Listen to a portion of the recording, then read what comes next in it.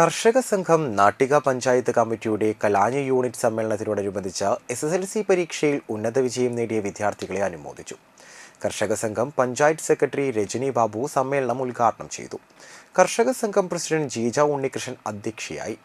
Ward മെമ്പറും നാട്ടിക ഗ്രാമപഞ്ചായത്ത് vice പ്രസിഡന്റുമായ രജനി ബാബു എന്നിവർ ആദരിച്ചു. സെക്രട്ടറി ചന്ദ്രമോഹൻ, ജിജേജ്, അജയൻ എന്നിവർ സംസാരിച്ചു.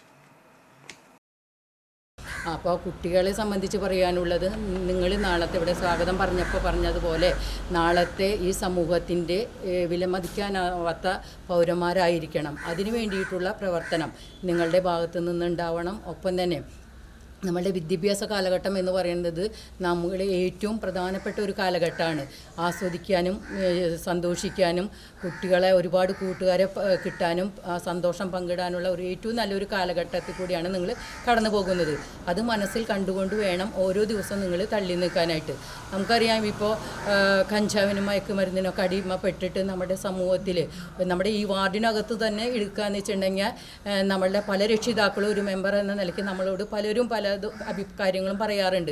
പക്ഷെ നമുക്കത് ചൂണ്ടിക്കാണിക്കാനായിട്ട് ഒരു വിഷമമാണ്. കാരണം എന്താ വെച്ചാൽ നമ്മുടെ മക്കൾ, അത് ഏത് കുട്ടികളായാലും നമ്മുടെ മക്കൾ എന്നാണ് ജനപ്രതിനിധിയായ ഏതൊരു മെമ്പറും വിചാരിക്കുക. അപ്പോൾ നമുക്കത് ചൂണ്ടിക്കാണിക്കാൻ വിഷമമാണ്. അപ്പോൾ